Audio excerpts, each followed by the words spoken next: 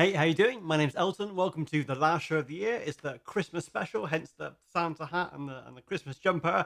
If you don't celebrate Christmas, don't worry, because there's not going to be any Christmas content at all. As soon as I take the hat off, we're done. This is the last one of December. The theme for December was continuous integration and continuous deployment. And I said we'd be going on a kind of journey from the first episode, which was ECS-C1, where we looked at running your own Jenkins server. So when you first get into this whole CI/CD approach, that's typically where you start. I'm going to spin up Jenkins. I can run it in a container, build all my applications with Docker, and then look at what the next step is for deployment. And then in ECS-C2, we looked at that with GitHub Actions. So we got rid of our own kind of self-hosted Jenkins instance. We moved to GitHub Actions as the workflow server, as the automation server, but also we can connect that up to our Azure instance, our Kubernetes instance running in the cloud to do the deployment side of it as well.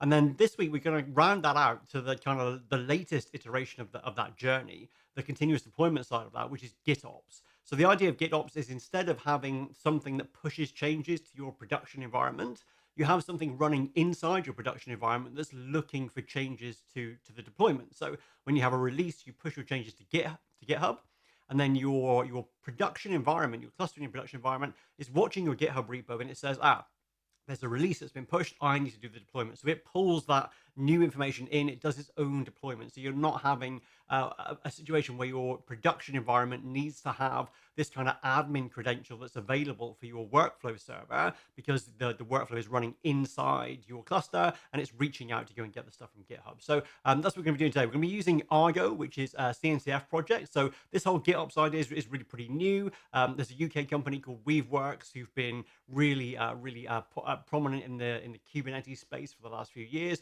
They kind of coined the term. They came up with a few options for doing that stuff. And then this CNCF project, Argo, came along, which really gives you a really nice way of kind of plugging everything together. So got a bunch of demos to show you what that looks like with Argo, to talk about the patterns, because some of the way you structure stuff is very different when you move to a GitOps model, but the benefits are really clear. So just to round off the CI/CD the theme, to talk to you about what the next evolution of that looks like. So I'm going to get rid of the silly hat. If you've seen the show before, you know that there's an advert coming up. So if you can't bear it, then get ready to fast forward for about 30 seconds. I'm going to switch over to that camera. I'm going to pull down my green screen, and then from now on, it's all demo. So I'll see you shortly. You're watching Elton's Container Show with your host. That's me, Elton Stoneman. These shows are live, unscripted, and unrehearsed, so if you like my style but you prefer something a little more polished, then you should check out my courses on Pluralsight. Pluralsight's an online training platform, and I've got tons of video courses on there that you're bound to find useful. And if you prefer to learn by reading, then you'll be interested in my books, Learn Docker in a Month of Lunches and Learn Kubernetes in a Month of Lunches, which are both published by Manning. And if you just want to see what I'm up to, then you can check out my blog. And now, back to the show. Okay, and here we are. So welcome back. If you skip past the advert, so most of these sessions they're all demo focused, so you get a real feel for how this stuff looks, how it works, and you can try this stuff all out yourself. All the details you need are on my GitHub repo. Go to eltons.show and you'll see all the details for the demos that I walk through, all the Docker files, all the source code, all the Kubernetes stuff. It's all there, so you can try it out for yourself. A little bit more involved if you want to try this one out, because you'll need to configure. I'm using Azure for my Kubernetes cluster. You need to set up your GitHub secrets and all that sort of stuff, but I'll walk through that as we get there. Okay, so there's a little bit of blurb there at the top, which is the stuff that I've already kind of walked through. And then there's some links up there. The main one is gitops.tech, which is the kind of the Weaveworks published paper really about what GitOps means. There's a couple of really interesting architectural diagrams there about where the pieces fit and why this is very different to the traditional kind of push model in CI/CD. So it's definitely worth reading that. It's not a huge document, it's just a few interesting bits in there. The piece I'm using, the technology I'm using, is Argo. Their getting started guide is really good. So I'm only going to scratch the surface of what it can do, but you'll still see that it's super powerful just with the basics, and it can do a whole ton of stuff more. So that's a good place to check. And of course, I've just another bit of promotion. I've just published my latest Pluralsight course. So if you haven't seen me on Pluralsight, if you don't know what Pluralsight is, it's an online training platform. It's kind of Netflix for nerds. You pay your monthly subscription. There are thousands of courses, like really detailed technical courses. Most of my stuff's there. I've just published my latest course, which is all about the nuances about running containerized apps in production. So it's called Preparing Docker Apps for Production. It covers all the gnarly details about, I've got this stuff working, I've done my POC, but what happens next? Loads of demos in Docker Compose, Kubernetes. So check that one out if you've got time over the holiday period. Okay, so first of all, I'm going to run a couple of demos for you. I'm going to run Argo locally. So I've got Docker Desktop installed. I've got Kubernetes running in Docker Desktop. I'm going to run Argo and show you how it all kind of works when I deploy it locally. But of course, that's not the real experience. So what I'm also going to do is create a full-on deployment to a public cloud infrastructure. And I'm going to do that using GitHub Actions, because that's going to trigger part of the workflow, and then Argo will take over and it will do the final bit. As part of that, I've got the complete infrastructure scripted and ready to deploy in a GitHub action. I'm going to start that off now, just to create. It's going to start from 0, and it will create a Kubernetes cluster. It'll deploy Argo. That's obviously open in a completely different window. So let me move that over here. So it takes a little while to run, so I'm going to kick it off now. And then we'll come back to this. So don't worry about what it's doing. We'll come back to this and walk through all this stuff. But just to show you, I'm going to create this, run this workflow here. Click Run Workflow. I've got a resource group name, which is the grouping mechanism for artifacts in Azure. I'm going to call this ECS-C3 and Run Workflow. That's going to create everything for me. When we come back here in about half an hour or so, everything will be up and running. Okay, so that's kicking off now. So back to the docs. Okay, so ignore all that for the time being. So the first thing is there's two parts to Argo. It runs inside your cluster, so it has all the Kubernetes stuff that you need. It deploys a whole bunch of custom extensions to Kubernetes. So if you're new to Kubernetes, as well as being like horribly complicated because it's so powerful, it also has all these extension points. You can add new functionality to it. And things like Istio and Argo take advantage of that, and they have their own custom resource definitions as part of the Kubernetes API. And then they have controllers that run as part of Kubernetes. And what the Argo controller does is it's doing a reconcile loop. So you set up your application, and you say, here's the GitHub repo that is the source of all my Kubernetes YAML files. Go and watch that. And it will constantly be watching that. And any changes that come in, it'll apply them to the cluster. So that's kind of the brief bit of how it works. There's also a command line, which you can use to deploy your applications and set up the initial synchronization. And there's also a UI. The UI runs in your Kubernetes cluster too. So I've already downloaded the command line for Windows. If you go follow this link here, you'll find to deploy it for all the other environments. So if I run Argo CD version, just to prove that everything's up and running, that's looking good. So that's just my local install. On my my Docker desktop, I don't have anything installed at the moment. So if I look at my namespaces, it's all the default stuff. I don't have any applications running, nothing like that. Okay, so I'm ready to deploy Argo. So I'm going to create a custom namespace for Argo itself, Argo CD. Argo is the project name. There are several components. CD is the one we're looking at, which does the GitOps part of it. Okay, and now I'm going to deploy my Argo CD bits and pieces. So there's a whole lot of stuff in there. Again, if you're not super familiar with Kubernetes, it's just creating running all the stuff in containers ultimately. So Kubernetes is going to run these containers that I'm going to configure to watch my GitHub repo. When any changes come in, it'll pull those changes in and apply them. But there's lots of pieces to make that happen. And of course, Argo is the thing that talks to my cluster. So it needs to have the permissions to be able to start new pods, to be able to create secrets, to be able to create services, all that stuff. So Kubernetes has this RBAC, has role-based access control. So all that stuff set up as part of this deployment. So it's creating the Argo components themselves and setting up their access to be able to create other things inside the Kubernetes cluster. Okay, so that's all a whole bunch of stuff there. If I go and look and see what's in that namespace now, I don't need this browser anymore, so let's get rid of that. Open this up here. Dear. Okay, CLS. So a few things in there. So inside the Argo namespace, there are these custom resource definitions. So Argo creates a custom resource called an application and an app project. So just like you have a pod is a native Kubernetes resource, a service is a native Kubernetes resource. These are the extension points, so things can add their own type of resource. So there will be a thing called an application, which is managed by Argo. Okay, let's make sure that everything's up and running. So the way that Argo works, when it first creates the deployment, it uses an explicit pod name, and it uses that pod name as the password for the UI. Now, you don't have to run the UI. You don't have to have the password like in this particular way. You can reset it. You can set it with Kubernetes secrets. This is just the default when you're just checking things out. So the pod name there that's running my Argo server container, that is the initial password for my machine. So I'm going to grab that and put it into a variable. Come back here. Okay, so now I'm going to use this Argo CD command. So the Argo CD command line, that's how you connect to a remote machine that's running Argo. So you can potentially give people access to Argo without giving them access to the rest of your Kubernetes stuff. I'm going to log into my local host, insecure because it's not with a TLS certificate that's been publicly signed. My username is admin. My password is the one that I've just provided. So What I'm doing here is connecting my local command line to the Argo instance that's running in my cluster. Just happens to be a local cluster, but it could be a remote one. Okay, now we'll just check that everything is there as it should be. I'm going to add my cluster to Argo so it knows about what it's doing. So it's just going to connect to my Kubernetes command line. So kubectl has these configurations that let you connect to different clusters. And I'm saying that I want to add Docker Desktop as my cluster for Argo. So that's done. And if I go and look at kubectl here and look at the cluster roles, we'll see that Argo, as part of its deployment, in order to be able to do other things, it creates this cluster role, which is the security component, the list of permissions that you have for this particular component.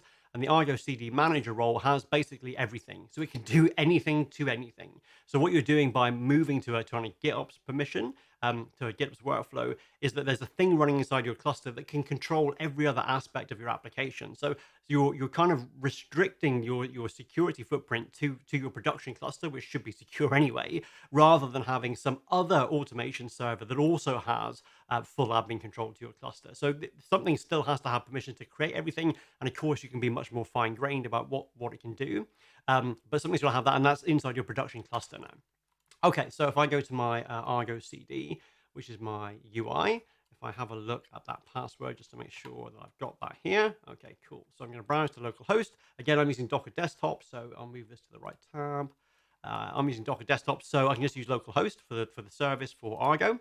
I'm getting this warning because it is using HTTPS with a self-signed certificate. So Argo, like all kind of common things, only available on HTTPS. You can provide your own cert, but if you don't have that, you'll just get an unsafe certificate. So I can proceed here. You have this nice, I'm not sure. I think it's an octopus in space.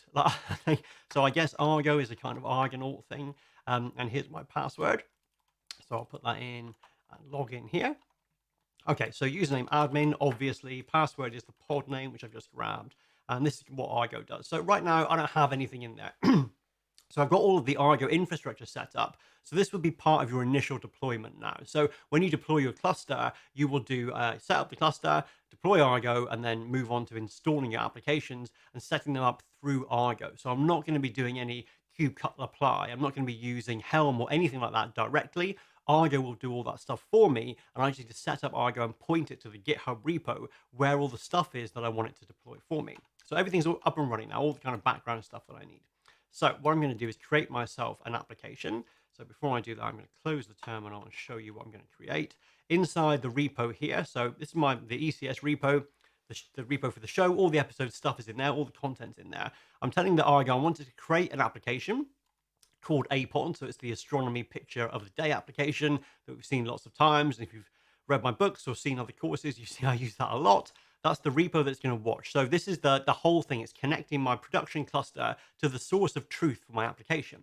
The path is the folder. So inside here, I've got ECS-C3, APOD. I've got a bunch of Kubernetes manifests here. There's nothing special about this. There's nothing Argo-y about this at all. So I'm just explicitly specifying a container image. And if you saw the last episode, you'll know that I set up a GitHub action to do a regular schedule to build these images. And I forgot to switch it off. So I got up to tag number 71 before I realized, and I switched those workflows off. So those are the ones I'm going to start with. Hard-coded image tags, just doing a straight deployment here.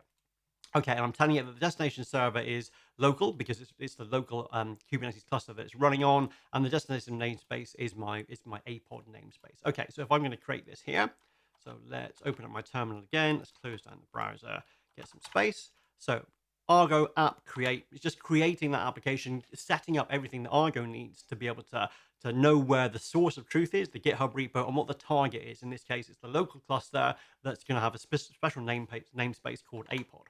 Okay, so if we go and look at my namespaces, nothing's happened yet. So Argo hasn't done anything. It hasn't created that APOD namespace for me. It hasn't deployed my application. By creating the app, that's just the first stage. And then I want to just really set up the metadata to connect to my application details. If I want to go and run my application, then I need to set up a sync for that. So if I go and have a look at the application status here through Argo CLI, what I will see a couple of things here. So I'm going to see this out of sync So this is the sync status. This is what Argo terminology uses to say whether the running application matches the desired state in the GitHub repo. So what's in GitHub, those YAML files that are on my public GitHub repo, they're the source of truth. What's running in my cluster is out of sync because there isn't anything running yet. And one of the reasons that nothing's running yet is that I'll see there's an error down here about namespace is not existing. So Argo won't create that namespace for me. So I'm going to go and do that myself. So if I go and look at the applications here, just to confirm, you can use the Argo CD into Argo command line, and you can use Kubernetes as well, because all Argo is doing is really kind of extending Kubernetes and giving you a nicer interface for its own custom objects. So if I go and look at Kubernetes get applications, so ordinarily that's not a standard Kubernetes object, but I can see now I've got my APod application that I created with Argo. The sync status is out of sync and the health status is missing. There's no health information because there's nothing to check. So my app's there, but it's not synced yet. Okay, so if I go and have a look at local host applications, so this is going to take me back to the Argo CI. I can see here, it's a really nice little UI. Again, it's optional. You don't have to run it because obviously then you're potentially giving people access to everything inside your cluster if they can see what's going on here. But I can see I've got my application here. It's got all the components of my application. Nice little graphical UI. So I can see the services here. I can see they're all out of sync because nothing's been deployed, but I can see that it should be connecting up to these things. So it's fetched the information from my GitHub repo. It knows what it should have, and it knows that there's nothing there yet because I haven't explicitly started the sync.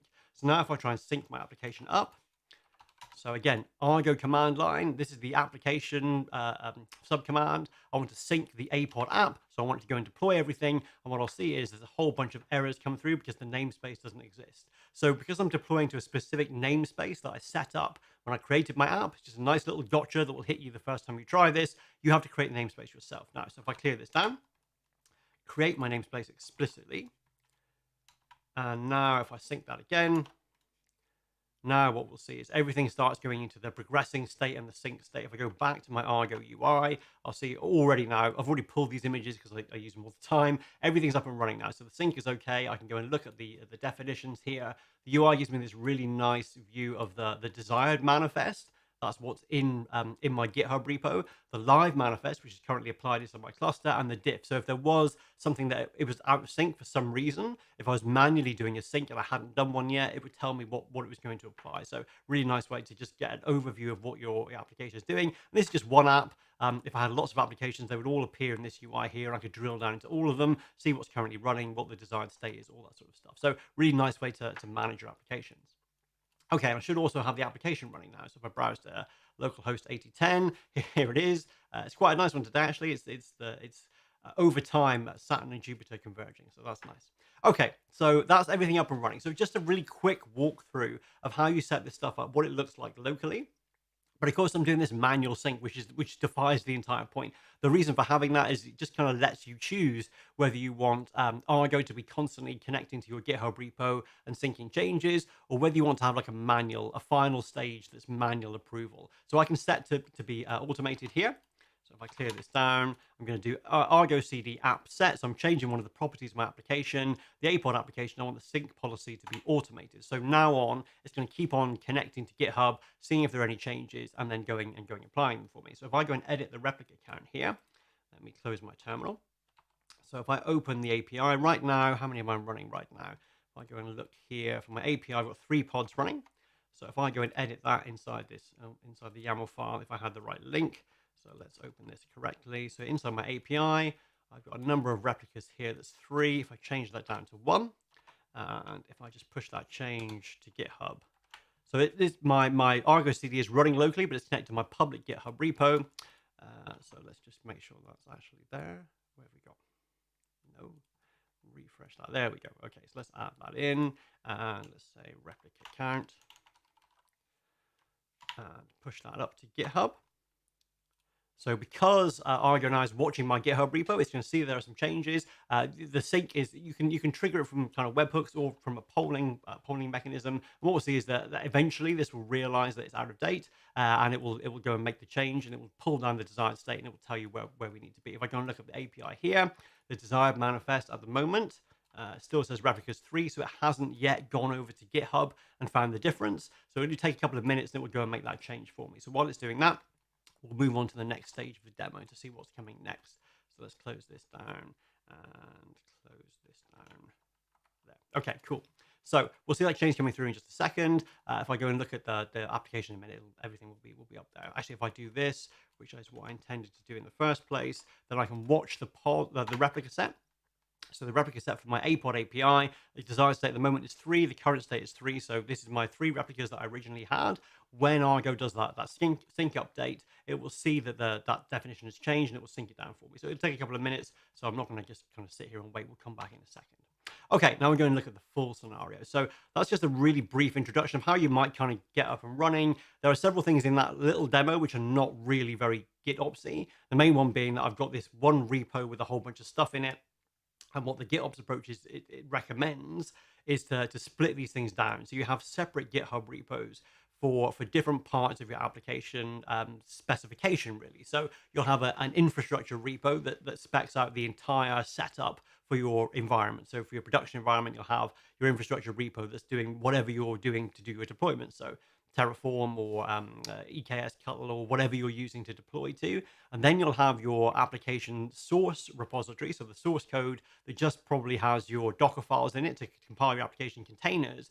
And then you have a separate application model repo, where all your definitions live, your YAML files live for Kubernetes, or your Helm charts live, or your customized charts live, depending on what you're doing. So I've got all that set up for the same APOD application. But to deploy to production, this is the kind of breakdown of how this looks when you're moving to a more GitOpsy way of doing things. So that command that I ran right at the top of the session here. Oh, this is why, because that shouldn't be there. That's pinned. That's why. Okay, so this is the infrastructure one. This is where I ran that action right at the beginning, where I kicked off to create a new resource group in Azure to create my cluster for me. So inside here, if I look at the actions, let's see if this is finished yet. So this is the one that ran 16 minutes ago. It took 6 minutes to run, so that's pretty cool. There's a whole bunch of stuff inside here. If you're not familiar with GitHub Actions at all, this was all covered last week in ECS-C3. So the workflow here, this is a manually triggered workflow, and it does a whole bunch of things. It creates my cluster for me. So it creates my Azure AKS cluster, which is with a whole bunch of setup that I'll show you in a second. Then it deploys Argo, including all the controllers and stuff that we've just seen. So it deploys Argo in the same way that I've done on Docker Desktop, but it's all automated. And then it sets up my application sync. So it creates my my APOD application to point to a different repo, a public repo that is my application model. So let's go and check these things out here. So if I go and look at my infrastructure here, bring this over to the right monitor. So this is the workflow that just ran. So again, it's a standard GitHub workflow. It's got this workflow dispatch trigger, which means you can manually run it. So this is creating an entire environment for me. I don't want that to happen every day or every check-in. I want that to happen when the environment's been burned for whatever reason, or we're spinning up an alternative environment. So it's a workflow dispatch. It's manually created. It has some input. So you saw when I kicked this job off right at the beginning, it asked me the resource group name, and I can provide a variable for that. And the default is ECS-C3, so that's why we saw that at the beginning.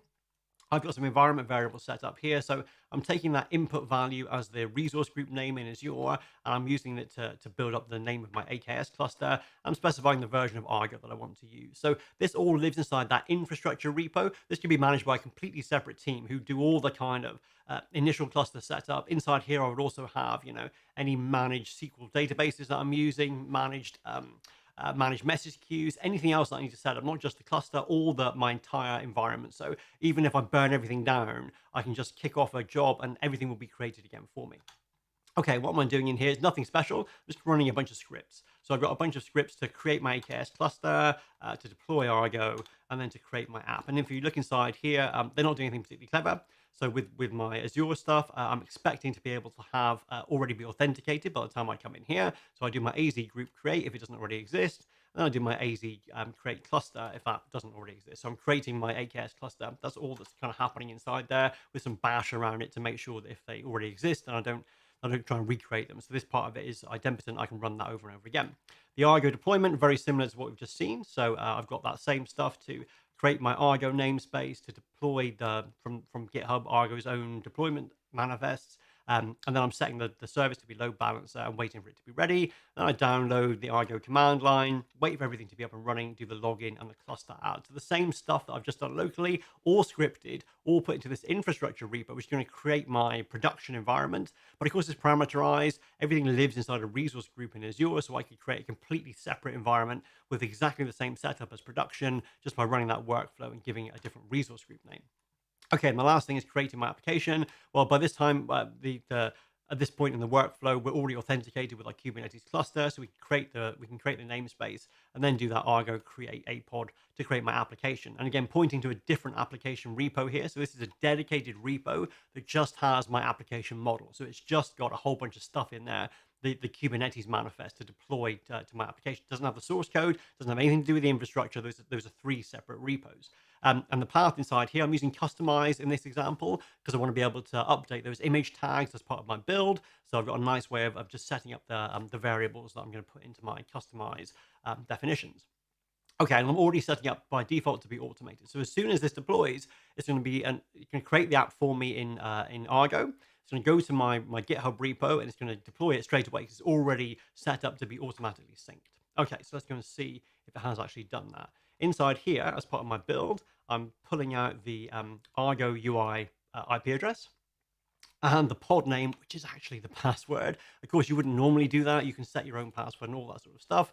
What you see me do here is not necessarily what you should do in production tomorrow. But inside here, if I go and look at admin and sign in with that password, then look, it's already been deployed. So this is the real thing. So this is my six-eyed APod app repo. It's telling it to go to customize. If I go and look, you'll see it's exactly the same kind of setup. So it's running in the same way as it was before. If I go and look at the image gallery service, this is the public load balancer service. I don't know the IP address because I haven't already configured that up. But if I was doing my deployment, if this was a completely fresh environment, I can go and grab this, put that in my CNAME in DNS, and I'm kind of ready to go. Let's go and browse to this, see if it actually does work. 8010. Yeah, okay, so it works in the same way. It's using the same kind of setup as before, but the whole thing is fully automated here. So now I've got this connection between my workflow engine that created my infrastructure for me. As part of that infrastructure, it's setting up the connection to deploy my application from the other repo that has my model. So that model, let's go and look at that, because this time I'm using customize just to be able to show you that actually Argo can do all sorts of different things. So it can do straight Kubernetes manifest, it can do customize, it can do Helm, you can put custom tools in there, it understands all that stuff. So with my customized definition, the only thing that's different, all these things are the same. I'm using like a kind of local image name. So imagine I'm a developer, I'm just building these images, giving them a standard kind of one part name. Can't use that in production, but that's fine for when I'm working locally. And then inside my customization YAML, I've got here, I'm specifying all those components. If you're not familiar with customize, it's just like a kind of templating thing, really. It lets you take a lot of the boilerplate stuff that you have to repeat over and over again in your Kubernetes YAML files. You can put them all inside this customize. And when you do kubectl apply with a -k and give it a customization file, then it'll apply all the labels that you specified, all that sort of stuff. But it also lets you do some variable substitution in a kind of more lightweight way than Helm does. So with this list of images here, I'm saying this is the image name inside my YAML file. When you get it, when you do your deployment, take this name instead with this tag. So it's a really nice way of being able to take my latest tag and apply it. And then what I need to do when I do a new release, I leave everything else the same. All I need to do is update these new tags. So when I come to do my release from a new version of my software, when I do my Docker build, I'll have a new version number in my tag. I just need something that's going to go and update this and push that change to my application model repo, which is where Argo is watching, and then it will do the update for me. Okay, so we'll see how that looks in a second as well. So how are we doing? So I've created that, I've created that, I've created that. Okay, everyone's got secrets. That's the other thing we need to see. So making a lot of use of GitHub workflows just to trigger the bits and pieces, because Argo, when everything's set up, Argo will do the ongoing work of doing the update. But then I've got some other separate processes, one to create the infrastructure and one to actually build my application images. So what Argo is doing is the deployment side of it, like the integration, the continuous build part of it is going to build my Docker images. And when I tag them for a potential release or for a release that's good to go, when I do that tagging, that's what's going to push my changes to the application model where Argo is watching to do its own deployment. So if I go and look at my infrastructure repo here, So this is the thing that's just got the details to create the AKS cluster with that manual workflow. If I look at the secrets inside here, this has got access for creating stuff in Azure. So I've got some Azure credentials inside there. I've got a service principal that I've set up that my AKS cluster is going to use. Ignore that if you're not an Azure user. Basically, these secrets are giving access to the scripts in this workflow to create the cluster and deploy and set everything up for me. And that's the only permissions that I need here inside my infrastructure repo, because that's all it does. It just sets up the environment and then doesn't do anything else. It doesn't know about the apps that are running or anything like that. And then in my APOD application, so if I zoom in here, this has got the models inside there, my customized models inside here. Have I got any secrets? I don't need any secrets for this because this is just this isn't going to do any deployment. So although this is where my production application specs live, I'm not pushing from here into my cluster. The cluster itself is going to fetch from here and get everything that it needs. So this one doesn't have any workflows that do anything particularly complicated, doesn't need to connect to the cluster or anything like that. And then in my source repo, which is slightly different, this is where all the source code lives. Actually, let's go and show you that in code because that's a little bit easier to read. So the source code repo, that's where everything lives. There's these same three components. There's my Go application, my Java application, my Node.js application. All that stuff's there with those same kind of Docker files, multi-stage Docker files that I've walked through before. So all that lives in my source code repo. So imagine that the split there is my infrastructure repo is going to create my cluster. My source code repo is ultimately going to create my Docker images. And then my application repo is where my cluster is looking to go and fetch the latest Docker images to do an update. Okay, so inside this one, there is a release workflow that has on a push when there's a tag. So I can be pushing merrily and I won't do anything particularly interesting. But when I push a tag with a version number in it, let's say that's my release protocol, then what happens here is it does the checkout. It does all these builds that we've seen before. So everything that was in episode C2, I've taken here in the same way. So all this stuff about doing the Docker metadata, using the layer cache to speed up the builds, all that sort of stuff is exactly the same as you've seen before. So I'm not going to go into that. So it builds all of those three images. And then the new bit here is at the end. So when previously in ECS-C2, after all the images were built, then we did a deployment inside GitHub, inside my GitHub action. So as part of this workflow, it needed the credentials to connect to AKS, and then it did my deployment from within this action. What I'm doing now is I'm just going to make a change to trigger an update of my application model. So at this point here, I know what the image tag is because I've tagged it with the version number that was in my Git tag. So when I do my release and I do Git tag version 1.0 or whatever, and I do a Git push tags, that version number goes into my Docker images that have been pushed to Docker Hub. So at this point in the workflow, they've all been pushed because I've triggered this to say this needs the other things to have finished first, and I know what the tag number is. So what I want to do is tell the model repo to go and update itself and use the latest versions of those tags. So if I go and show you this, what I'm doing here is I'm creating I'm dispatching another workflow. So I'm running a workflow in my app repository. So this is the thing with the Kubernetes models, with the customized models. And I'm telling it to run this update version tag workflow. It's a separate repo, separate workflow. I'm giving it the input of the tag number. So as part of my continuous integration, I've built my Docker images. Everything's good up to this point. Otherwise, the build would have failed if there was a source code problem or a problem pushing the images. I've got my latest images tagged with the version number that went into my release number. And now if I go back to my application model and look at this workflow, this is what gets triggered from when there's a build. So when I do my release, I've got my new Docker images. What happens inside here is it uses customize to update the image tag. So that's all this is doing. So it takes inside my application model repo, it's got the ability to update the manifest so that the latest release number is built inside my customization file. So whenever I look at this, I can see exactly what's been deployed. So rather than have kind of variables that I'm not clear about what the details are, inside my YAML file, I will have the explicit version number that's been set by customize. So it does that customize to set those tags. And then it adds that customization update back into the repo where it's running, and it does a push to update that customization file. And that is when Argo will see that there's been a change and it will go and update itself. So the full end-to-end for making a change is someone makes a software change, they push that up to the source repo, which builds the images. When we're ready to do a deployment, we push a tag with a version number that triggers an image build with a version number in the tag, which triggers this workflow, which updates my YAML file with that same version number, and then it stops. And that's when all the GitHub actions stop. And then the fact that that's been changed inside my repo, inside my application model, that's what Argo sees. And that's when it realizes it's out of sync and it does the update. Okay, so hopefully that's hopefully that's clear. We'll see all in action in just a second here. Okay, so let's make sure that everything's up and running. So I've checked all that. That's all looking good. That's all those YAML files that we've just worked through. Okay, cool. So if I make a change to my APOD app, so what am I going to do here? I'm going to change my replica count. So like I did before, hopefully it'll work a little bit quicker. I'm looking for which thing that I need inside here. Okay, so this is my app repo.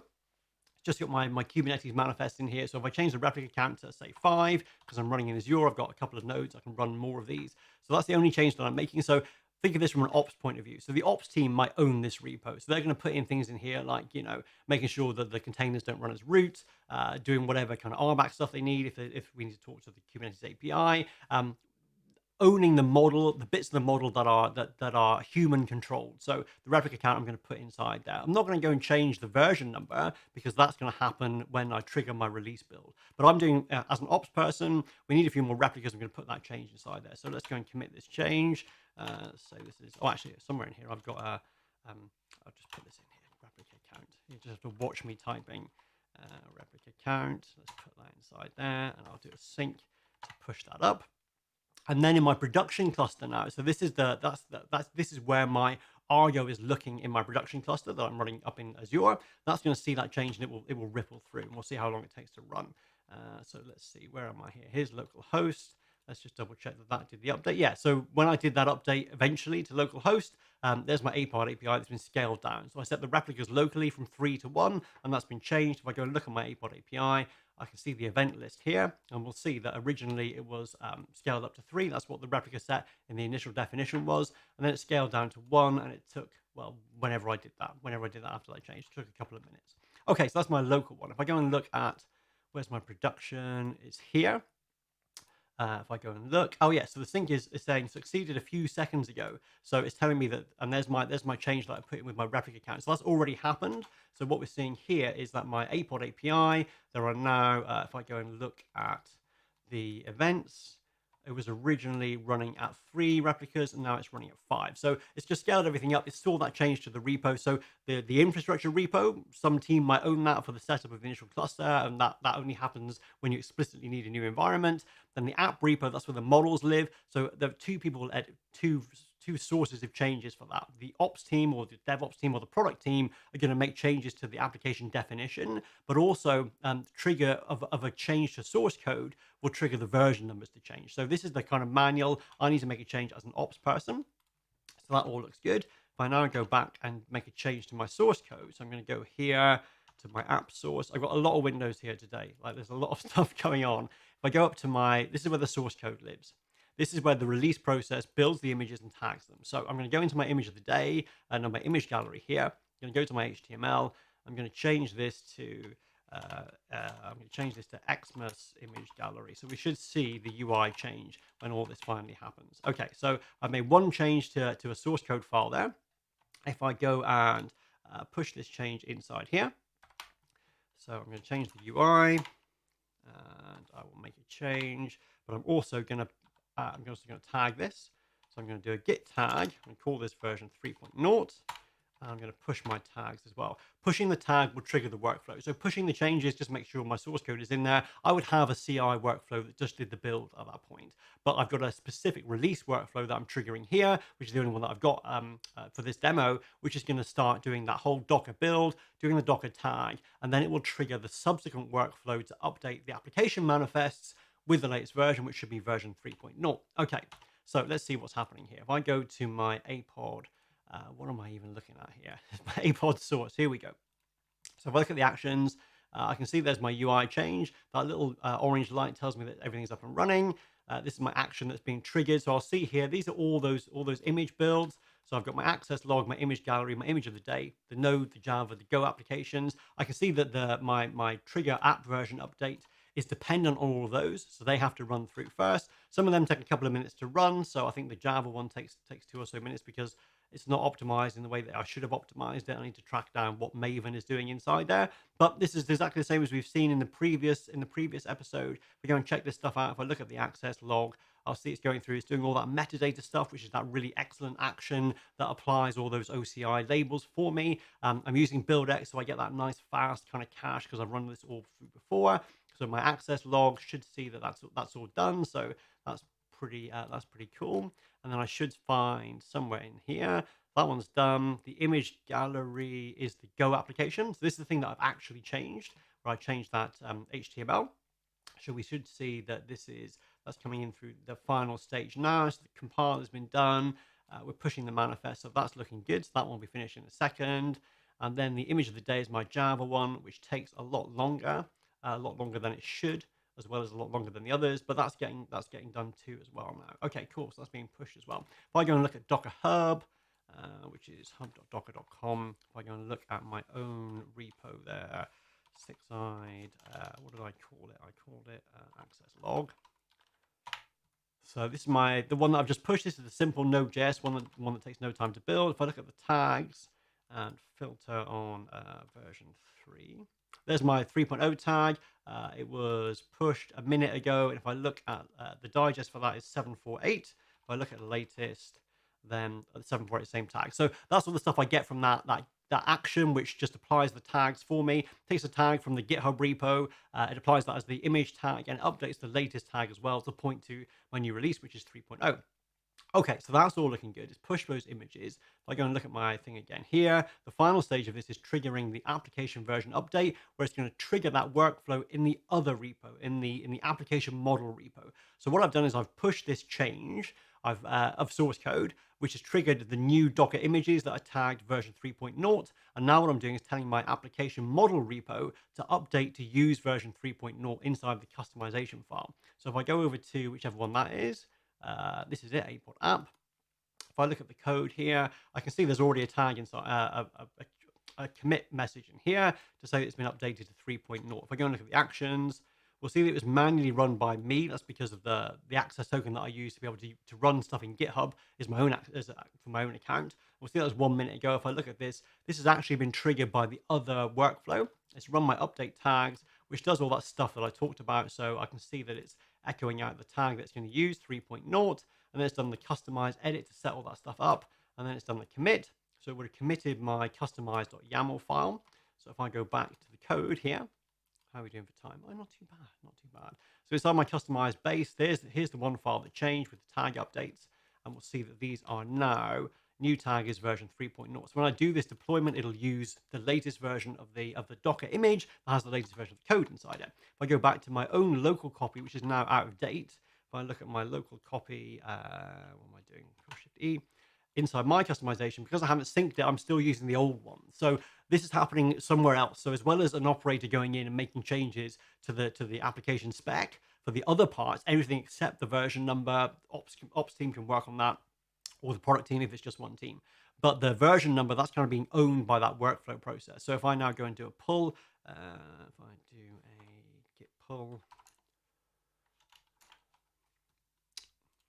then we should see, there we are, been updated. So it was updated by a separate process, fully automated by the fact that I've got a new release that I'm ready to push. Okay, with all that talking, we should now have a new version of my application. Is this it? Yeah, this is it. So I can see here, it's been synced a minute ago, updated tags to version 3.0. So that's the new release that I've seen. I've still got my 5 pods. So it's taken that change that I made as an ops person, and it's extended on that to use the new version of my application, hopefully. If I go and look at this API definition here, the desired manifest is, scroll down, my version 3. So customize has provided that. It's updated the tag correctly. If I go and look at the events for the deployment, I can see here all this stuff here. It's telling me about the scaling up and scaling down. So if you're not familiar with Kubernetes, all the orchestrators have the same approach of doing a staggered rollout. So if you deploy a new version of your application, I'm running 5 containers in pods. It'll gradually scale them down from 5, 4, 3, 2, 1 as it scales up the new containers with the new version from 1 through to 5. So as long as everything works okay, then the new version will have taken over with the full set of containers that you want, the full service level. And then which one is this? This is localhost. This is the big reveal. If I do a refresh here. Let me just see what it's doing. Now, of course, I might not have actually put that change into my Docker image, which would be disappointing. Quite a lot of demos today, so I didn't test them all. This is the one that I should definitely have tested. So if I go and look at this image definition just to make sure. Oh yeah, so it's not using that image. Why is it not using that image? So let's refresh this. So there's my APod API. It's synced, it's healthy. There is no diff. Everything looks good. If I go and look at this API pod here, it is running 3.0. So this is quite, there we are. That's because I changed the title and not the HTML. So up there, it says Xmas image gallery. So I did make the change, but not where I meant to make a change. So that's fine. So that's the whole workflow. That's the big thing about GitOps is you're removing the number of moving pieces that have access to your cluster. So if you think about anything that needs to deploy applications, pretty much needs admin permission, and you're securing that and isolating that so it's just part of your production cluster, and you're also isolating all the components that make up a full deployment. So everything is scripted, everything is automated, and you have this infrastructure repo. Let me go back to my my list here. You have this infrastructure repo, you have this this application repo that has your models in it, and then you have the source code repo. And the three things are completely separate, which means different teams can work on them, different permissions can be applied, they can be audited really easily, and they've got this kind of loosely coupled way of working together. So the infrastructure repo, the workflows in there are pretty much manual. You're not going to be running those unless you need to spin up a whole new environment. But when you do, it's an exact clone of the last environment because it's the same set of scripts. The source code, like the dev team will work on that and they'll push their changes and that will trigger off a build, which may or may not create Docker images, and they can pull those down locally and make sure they work correctly. But when it gets tagged with a release version number, that's when it then goes and triggers that new workflow in the application model repo, which will update the version numbers. And then when your GitOps processor, your GitOps operator that's running in your cluster is watching that repo, sees the new version numbers and makes the update. Okay, cool. So let's make sure I'm not missing anything out. I'd be surprised if I was. Repo, check in, Argo, check out. Okay, cool. So that's GitOps. Really quick kind of walkthrough. But you've seen how it works locally. You can run that whole process on your local Kubernetes cluster with Docker Desktop or K3S or whatever, just to kind of get a feel for how it all fits together. And then when you're ready, then you can just kind of run that stuff up and look at the different repos, the splitting out your infrastructure and your application model and your source code. And it's a really nice way of kind of centralizing who can do what and making it really clear where the permissions live in your deployment cycle. And have that kind of really nice loose coupling. I haven't taken advantage of hardly any of the features that Argo has. It has all kind of different deployment models like blue, green, and all that stuff. It can use, like I said, it can use Helm or customize. You can do all sorts of interesting things. You don't have to take the approach that I've taken of having your version numbers kind of explicitly stated and stored inside your repo. You can do that with variables as well. But I really like that. I'm just looking at my repo. I can see exactly what's been deployed. I've got that nice kind of syncing of workflows to trigger one workflow from the other repo. Okay, and that's it for today. That's it for GitOps. That's it for CI/CD as well. So I did say if you're new to the series, I do a series every month on one particular theme. So it's the end of CI/CD. There's usually an episode every week, but because I'm taking some time off, so this is the last one for December. So I'll see you again in January. January is it the 5th or 6th? Something like that. First Tuesday in January. New theme for January is observability. So in that, I'm going to talk about in the different episodes all the kind of main things that you need for that loose term of day 2 ops, how you actually manage this stuff when it's running in containers. You're going to look at centralized logging, centralized monitoring, all that sort of good stuff. So if you're watching live or if you're watching before the end of the year, I hope you're looking forward to a holiday too. I hope you have a good time. Thank you very much for joining me, and I will see you next year where we'll be looking at observability. Thanks.